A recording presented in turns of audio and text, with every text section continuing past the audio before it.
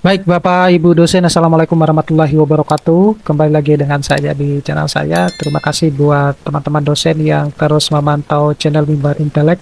Nah, kali ini saya mau menjawab berbagai macam komentar terkait dengan pembahasan yang mereka menginginkan untuk dibahas angka kredit nilai poin ya yang didapatkan ketika kita menulis misalnya untuk publikasi. Jadi khusus ini untuk yang bidang 2 saja yang akan saya bahas berdasarkan dari Kepmendikbudristek nomor 63 tahun 2025 ya. Jadi saya merujuknya dari sini. Nah, di mana banyak dosen itu yang mungkin masih bertanya-tanya berapa misalnya kredit poin yang akan didapatkan ketika kita memiliki satu atau lebih dari publikasi pada poin yang tertulis di Kepmendikbudristek ini. Nah, tapi sebelum saya menjawab ini lebih dalam, saya menginformasikan kepada teman-teman dosen bahwa bagi Bapak Ibu dosen yang ingin mendownload e-book yang kemudian bisa digunakan untuk prompting ChatGPT untuk menulis jurnal Scopus, jurnal Sinta 1 hingga Sinta 6, menulis buku, ataupun kegiatan Tridharma yang lain, Bapak Ibu dosen bisa mendownloadnya melalui link yang sudah saya sediakan pada deskripsi dari video saya ini. Nah, jadi Bapak Ibu dosen tanpa panjang lebar, jadi saya langsung saja fokus kepada bidang 2 ya, di mana ini yang banyak ditanyakan oleh teman-teman dosen termasuk saya sendiri ya, terkait dengan kalau misalnya kita memiliki banyak publikasi gitu, seperti apa nanti poin yang bisa kita dapatkan. Nah, yang pertama dulu Bapak Ibu dosen, ini kita bahas mulai dari ini ya, buku referensi ya maupun buku monograf. Jadi kalau ditanya bahwa kenapa buku ajar tidak masuk di sini, kalau buku ajar itu masuknya ke bidang 1, Bapak Ibu dosen. Sedangkan kalau untuk buku referensi dan buku monograf itu masuknya ke bidang 2. Nah, kalau kita lihat di sini, itu adalah di batas pengakuan maksimumnya itu adalah satu buku per tahun untuk buku referensi, yaitu 40 poin ya yang akan didapatkan, sedangkan buku monograf itu 20 poin. Nah, berdasarkan pemahaman saya, tolong saya dikoreksi kalau misalnya saya salah. Kalau kita memiliki buku referensi dalam 1 tahun itu kita produksi katakanlah 4 atau 5 buku, maka per bukunya akan dihitung 40 poin. Itu sepemahaman saya. Jadi tolong saya dikoreksi kalau saya salah gitu ya. Nah, di sini kan tertulis satu buku per tahun, tapi di situ adalah batas pengakuan maksimumnya gitu, batas pengakuan maksimum. Nah, apakah dalam 1 tahun itu kita hanya boleh mengklaim ya satu buku saja? Kalau misalnya ternyata dalam 1 tahun itu kita bisa produksi 4 sampai 5 buku, katakanlah semacam itu. Apalagi kalau sekarang teknologinya kan sudah canggih ya, untuk menulis buku itu hanya dalam waktu hitungan beberapa jam sudah selesai gitu ya. Nah, itu kalau misalnya meskipun itu belum standar nasional ya, tetapi setidaknya draftnya itu sudah muncul gitu, sudah ada gitu. Nah, kalau saya ya diajukan aja semuanya gitu ya. Nah, karena di hasil sosialisasi pun itu juga belum dijelaskan hal yang ini. Nah, begitupun untuk yang monograf. Cuma banyak juga yang bertanya loh, kenapa justru yang buku monograf nilai kredit poinnya 20 ya? Padahal buku monograf itu kan hasil dari penelitian-penelitian yang sejenis gitu ya. Nah, ini yang juga pertanyaan saya bahwa semestinya buku monograf itu ya bisa minimal setara dengan buku referensi lah, semacam itu. Nah, kemudian yang kedua itu adalah yang berikutnya adalah ini ya, book chapter ya, baik itu internasional maupun nasional. Nah, kalau kita lihat book chapter itu untuk yang internasional dapat kredit poinnya itu hanya cuma 15 ya, sedangkan yang nasional itu 10.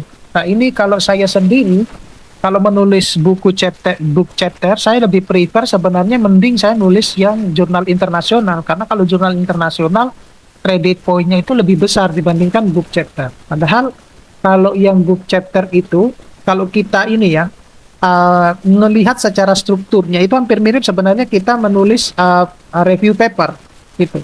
Hampir mirip lah dengan review paper, hampir mirip ya. Saya tidak tidak bilang sama gitu ya. Nah, tapi itu kalau kita lihat secara ini ya, secara cepat gitu ya, secara ringkas seperti itu. Nah, jadi kalau misalnya dibilangin bahwa kalau saya pribadi, saya lebih prefernya ya menulis jurnal internasional karena kredit poinnya jauh lebih tinggi dibandingkan yang untuk yang jurnal untuk yang book chapter. Nah, book chapter itu Bapak Ibu dosen itu kita menulisnya per bab. Jadi beberapa dosen ya atau beberapa peneliti itu menulisnya dibagi-bagi bab-bab. Dosen A atau peneliti A misalnya dia menulisnya bab satu, bab 2 seperti itu. Nah, saya kebetulan banyak tawaran ya untuk menulis international book chapter ini, tapi ya itu lagi kembali lagi kepada saya lebih sukanya untuk ini ya, untuk menulis jurnal internasional karena prioritas saya adalah jumlah angka kredit yang saya kejar jekan ininya.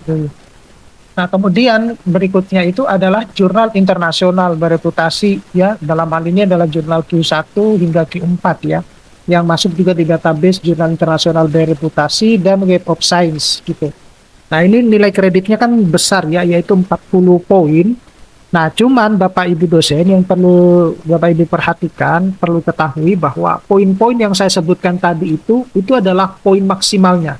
Nah, ketika nanti dicek oleh reviewer itu biasanya akan berkurang poin tersebut gitu. Jadi misalnya jurnal internasional 40, ketika dicek sama reviewer mungkin akan dinilainya tinggal 37,5, 37,2, ya macam-macam, sesukanya reviewer lah, semacam itu. Nah, sedangkan kalau untuk jurnal internasional terindeks yang berbasis data internasional bereputasi, nah itu 30 ya. Nah, ini yang mungkin agak sulit ya membedakan mana perbedaan antara yang apa yang poin 40 sama 30 ini ya.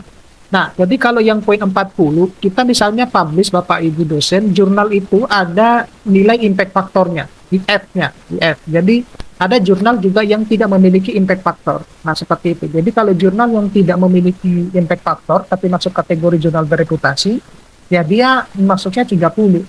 Tetapi kalau jurnal yang dia memiliki jurnal impact factor, ya berarti jurnal impact factor itu dia juga diindeks oleh Web of Science. Nah, itu berarti dia nilainya 40. Jadi harus tahu bahwa mana yang berimpact factor, mana yang tidak gitu.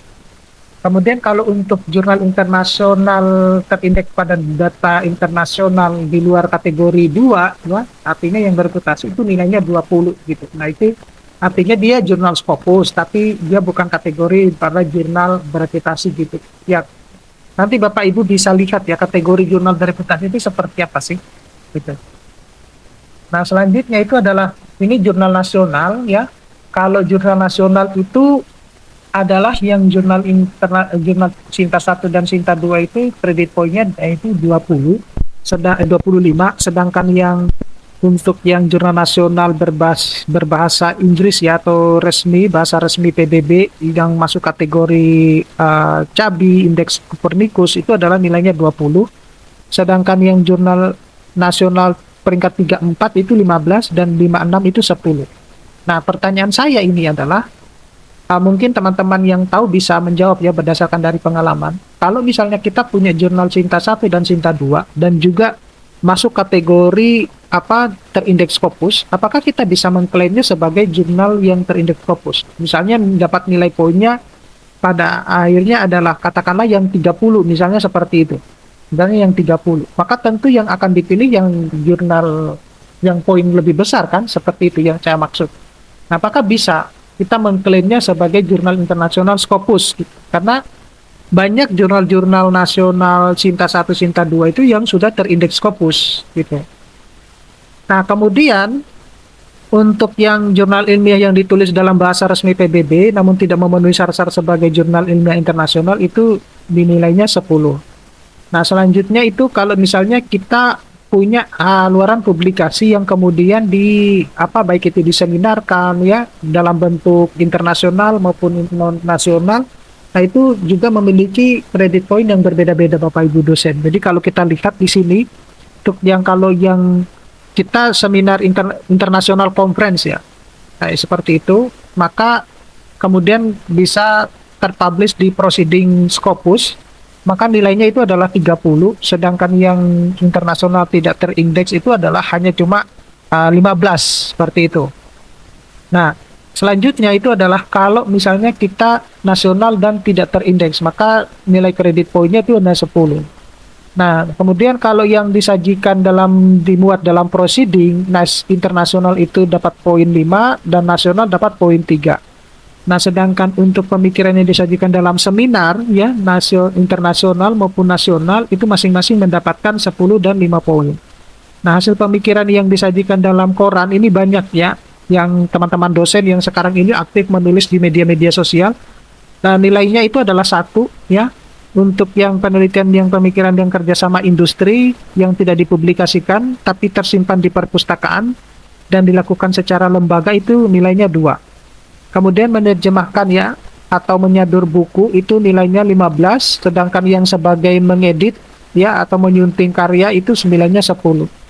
Nah, selanjutnya itu adalah membuat rancangan karya teknologi yang dipatenkan. Nah, ini yang lebih tinggi ya, tapi juga tidak mudah gitu ya untuk mendapatkan paten ini. Nah, jadi kalau nilai paten itu apalagi kalau yang diakui oleh negara 4 negara ya, nilainya dia bisa 60 sampai 50 gitu. Nah, kemudian yang nasional yang diimplementasikan di industri itu 40, nasional sendiri itu adalah 30. Nasional dalam bentuk paten sederhana itu adalah 20, Bapak Ibu. Jadi, kalau kita memiliki paten itu juga kayak seperti prestisius gitu. Itu versi saya ya. Jadi meskipun kredit poinnya katakanlah kita punya paten sederhana, ya kredit poinnya 20, tapi ada embel-embel paten itu kayak seperti kita prestisius gitu. Nah, kemudian karya cipta ya, desain, itu nilainya 15. Nah, selanjutnya itu adalah membuat rancangan dan karya teknologi yang dipatenkan, kemudian dia terdaftar di dalam HKI, itu nilai poinnya sekian Bapak Ibu dosennya, jadi tingkat internasional 20, nasionalnya 15, kemudian lokalnya 10 gitu. Dan kemudian merancang karya seni itu dalam HKI itu ada juga poinnya. Jadi itu Bapak Ibu dosen ya, nilai kredit poin yang untuk di bidang 2 ya.